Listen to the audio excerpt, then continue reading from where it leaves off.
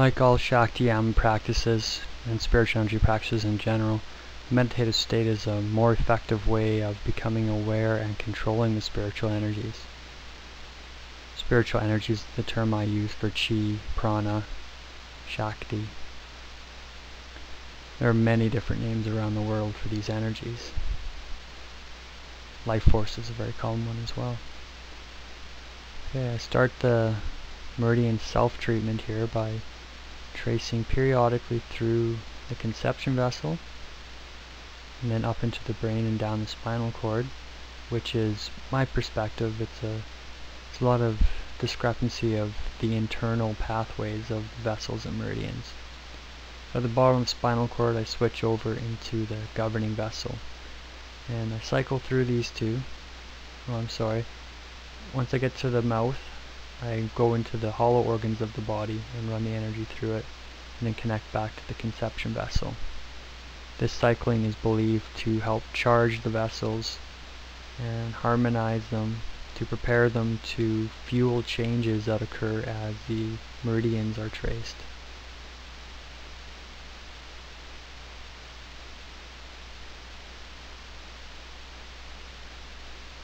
The energy is traced both with the mind of visualizing the energy moving through these vessels inside the body and outside. And the hands are used to help concentrate in specific areas where the hands are. And the reason for that is that the hands are used to express energy all the time, so they can be used to help focus it. Right now I've entered into the stomach meridian and I'm tracing it slowly to become very aware of the health of this meridian.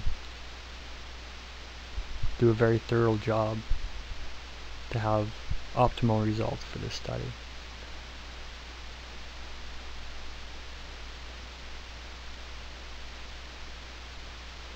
You can imagine the idea of tracing healthy spiritual energies through the meridians as similar as tracing a cotton ball through a fluid channel that has gunk in it or some sort of plaque. The cotton ball or other device or substance helps move the gunk or the plaque, which helps fluid flow more easily. Tracing these energies also help expand them, which will allow more spiritual energies to move through them freely, which is a big advantage for when you power up with spiritual energies for spiritual energy practices. Right now I'm just focusing on harmonizing and balancing the stomach and spleen meridian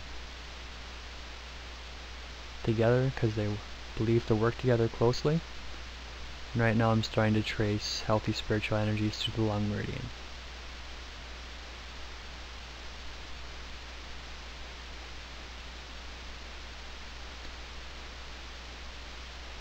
The meridians are believed to be an interface between the physical body and the aura.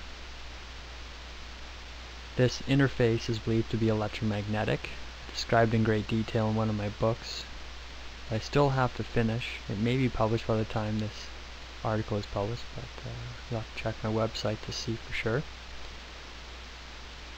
As you shake the body, changes occur inside of it. You get all these little shock waves. Now, if the body is trying to electromagnetically adjust itself because the meridian is changing, such as a blockage is being released or some stagnation is being released, which allows the physical body's electromagnetic interfacing properties to awaken, basically, because that part of the meridian is now more active. So it's like bringing it back to life. Shaking is very effective. You'll see other techniques during this study that are very similar in concept, although there's also a spiritual energy aspect as well. They are interconnected.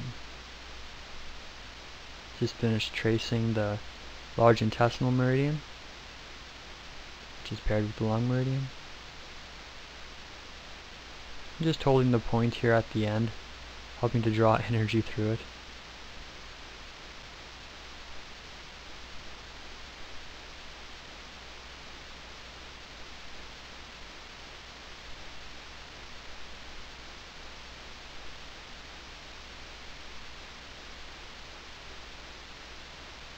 as you practice these techniques, it becomes you become much more aware of the effect you're having on your meridian. You form a relationship, an awareness.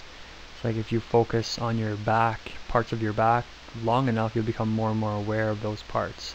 It's like you're building memories. Here I'm just standing in a state, it's called anchoring heaven in Qigong. It's just holding yourself in stillness as energy runs through you. There's a flow of energy from above your head down into the earth, and a flow of energy from the earth up. And previously I was just holding that, which runs into the meridian system in lots of spiritual energy anatomy, lots of our spiritual energy anatomy.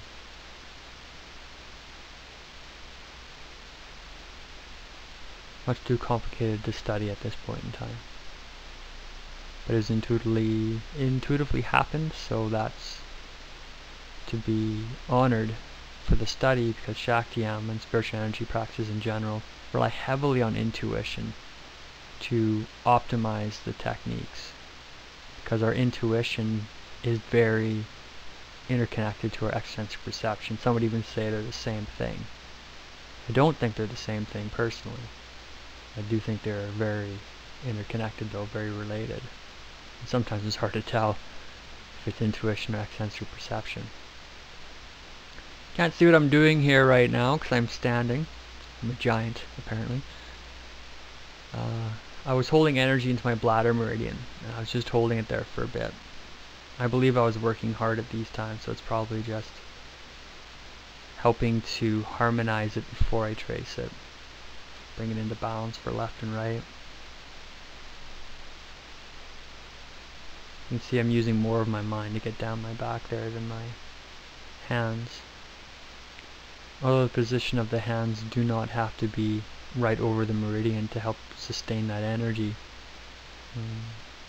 The vibrational patterns of the aura, you can think of a hologram, although that may not be the most accurate description. You can think of a three-dimensional electromagnetic standing wave, is the way I like to look at it, which can create a hologram. Three-dimensional hologram. So that's, again, your intuition is very important, because your mind's not likely to comprehend something so complex. But your intuition, or at least your awareness that your hands are in an appropriate place, getting feedback from extrasensory perception, that's much simpler. And it's emphasized in both Shaktiyam and spiritual practices in general.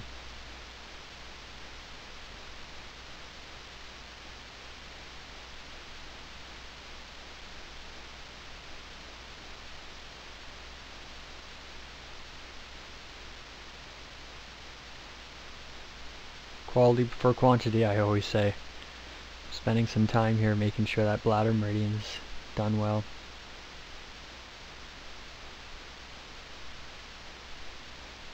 Extrasensory awareness is actually much easier than one may think.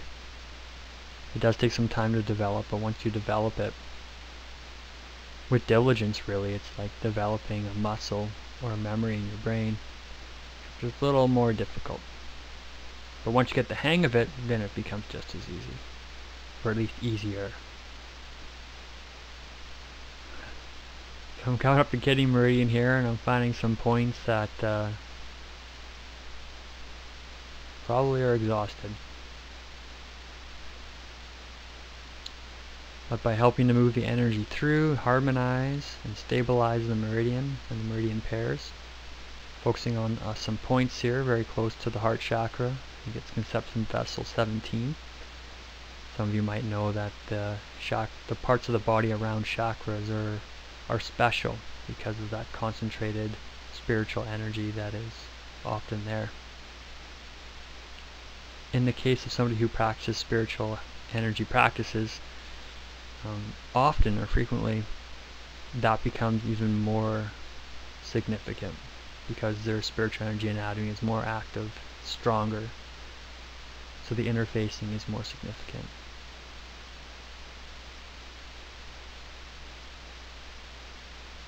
Just holding for harmony and balance of the bladder and kidney meridians.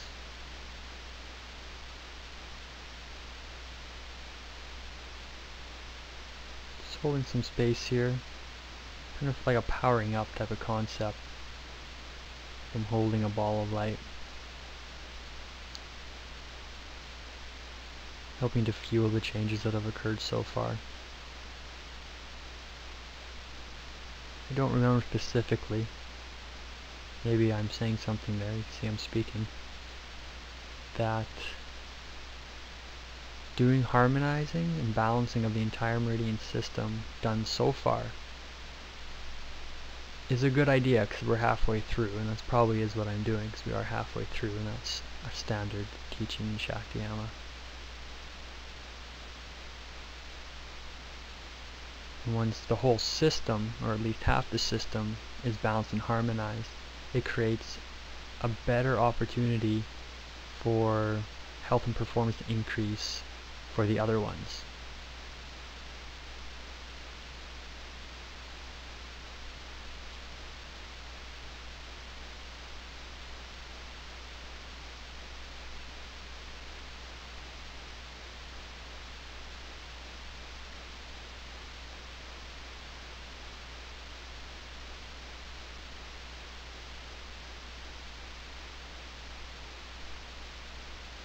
I think I'm running energy into my brain.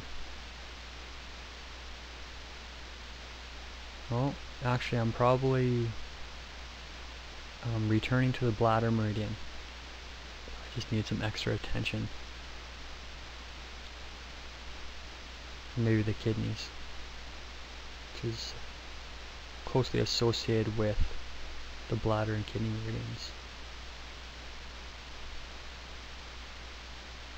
Either way, intuitive movements are very important because everything is interconnected, and all you got is your intuition and extrasensory perception to guide you on some of the more complicated issues. I'll point out that Shaktiyama, one of the major benefits of practicing it, or to be even more general with that statement, some of the benefits of practicing, of enhancing the health and performance of your spiritual energy anatomy is enhanced intuition and extrasensory perception. So using them becomes not only easier, but more effective. You'll have more information. That's why they call it the sixth sense. We're just reawakening, so to say, or awakening to having this sixth sense.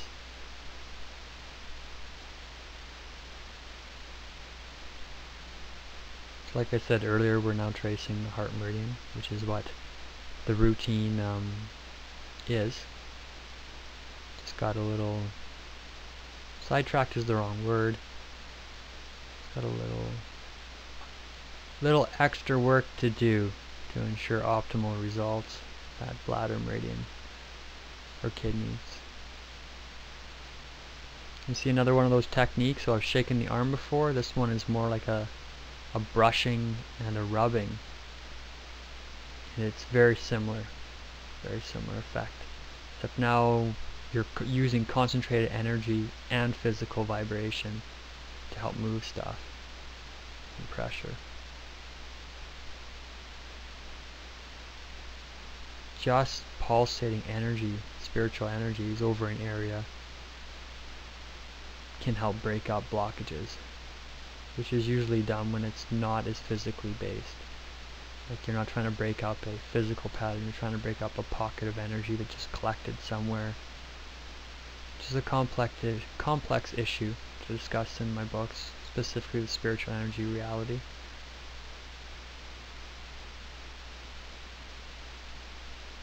There's a few other authors and lots of practitioners that are aware of how pockets of energy collect in different parts of the body, like stress between the shoulder blades, anger in the liver.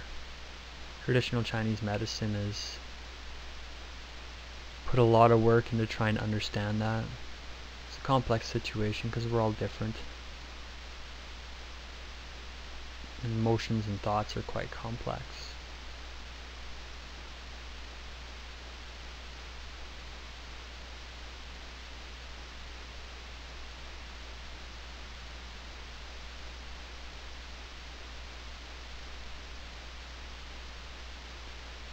Heart Meridian works with regulating the entire meridian system.